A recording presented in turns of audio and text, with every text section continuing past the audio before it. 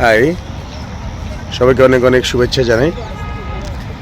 আজকে viva related কিছু জিনিস নিয়ে আলোচনা করব। ভাইবাটা খুবই ইম্পর্টেন্ট। সেন্ট জোসেফ স্কুলে ভাইবাটা হয় ভর্তি পরীক্ষার আগেই ভাইবা হয়ে যায়, ভাইবা হওয়ার পরে ভর্তি পরীক্ষা হয়। আর রেসিডেন্সিয়াল স্কুলে ডিআরএমসিতে আগে ভর্তি পরীক্ষা হয়, তারপরে ভাইবা হয়। এখন কয়েকটা দিক নিয়ে একটু আলোচনা করব। বিশেষ করে আমরা অনেক সময় টু দ্য পয়েন্টে উত্তর দেই না, প্রশ্ন অনুসারে আমাদেরকে উত্তর দিতে হবে। সেটা কীরকম? যেমন আমি প্রশ্ন করলাম, what is your school's name? এখন যদি কেউ বলে the name of my school is preparatory অথবা the name of my school is Dabs, তাহলে তো হবে না।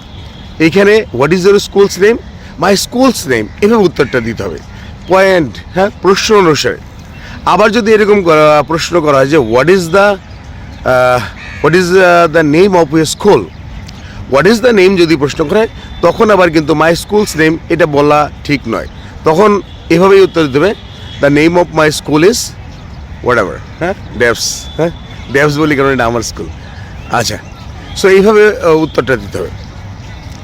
What is your friend's name, এখানে বা who is your best friend, যদি who is your best friend হয় তাহলে একটা নাম দিয়া, suppose Roni is my best friend, তখন কিন্তু the name of my best friend is এরকম না।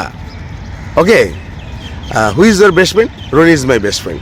আবার যদি এরকম বলা হয় what is your school's name, তখন কিন্তু মাই স্কুলস নেম, এখানে কিন্তু আবার অ্যাপোস্ট্রফি দিতে হবে। ওকে, অ্যাপোস্ট্রফি দিয়ে তারপরে উত্তরটা দিতে হবে। আর যদি লিখতে হয় মাস্ট, মাই স্কুলস নেম, স্কুলের পরে একটা অ্যাপোস্ট্রফি দিয়ে এস দিতে হবে, তা না হলে কিন্তু এটা ভুল হয়ে যাবে। What is your school's name, my school's name is preparatory. What is the name of your school, what is the name of your school, the name of my school is children's garden, like this. এভাবে উত্তর দিতে হবে। যেভাবে প্রশ্ন করা হবে ঠিক সেভাবে উত্তরটা দিতে হবে। বাড়িয়ে কমিয়ে উত্তর দেওয়া ঠিক নয়, এটা একটু সমস্যা হয়। আমি লক্ষ্য করছি অনেকেই যারা অ্যাডমিশন টেস্টের জন্য প্রস্তুতি নিচ্ছে, অনেকের নাম ঠিকমতো লিখতে পারছে না।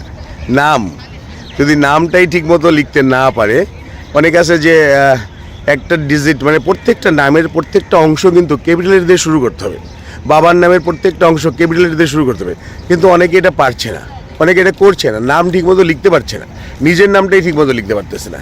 সো যদি কেউ কোনো ছাত্র যে অ্যাডমিশন টেস্ট দিচ্ছে, সে যদি নিজের নাম লিখতে না পারে ঠিকমতো, সে কি চান্স পাবে? পাবে না। 100% শিওর যে নাম যে ঠিকমতো লিখতে পারবে না, সে চান্স পাবে না। অনেক আছে অনেকগুলো কোচিংয়ে দৌড়াচ্ছে, কিন্তু ভিতরে কিচ্ছু হচ্ছে না, পরিবর্তন হচ্ছে না। এইভাবে কিন্তু হবে না। অনেকগুলো কোচিংয়ে দৌড়িয়ে কিন্তু সেন্ট জোসেফ স্কুলে বা রেসিডেন্সিয়াল স্কুলে চান্স পাওয়া যায় না। এখানে বেসিক দরকার, বেসিক। সুতরাং সবাইকে বলবো যে পড়ানোর সময় বা এই দিকগুলো একটু খেয়াল করবেন যে সে কীভাবে উত্তর দিচ্ছে, সে তার নিচের নামটা লিখতে পারছে কিনা, বাবার নাম লিখতে পারছে কিনা, মার নাম লিখতে পারছে কিনা, এগুলো কিন্তু খুব ইম্পর্টেন্ট একটা বিষয়। ওকে, মাঝে মাঝে ছোটো ছোটো ভিডিও করে করে আমি এগুলা গার্ডিয়ানদেরকে মানে সরাসরি তো আলাপ করা যাচ্ছে না, তো এরকম ভিডিও করে করে আমি দিব, যাতে আপনারা বুঝতে পারেন যে আপনাদের কোন জায়গাগুলো উন্নত করতে হবে। সবাই ভালো থাকবেন, দোয়া করবেন। আমি এখন অনেক সুস্থ হয়ে গেছি, আশা করি এখন সময়টা আরও ভালো যাবে। Thank you.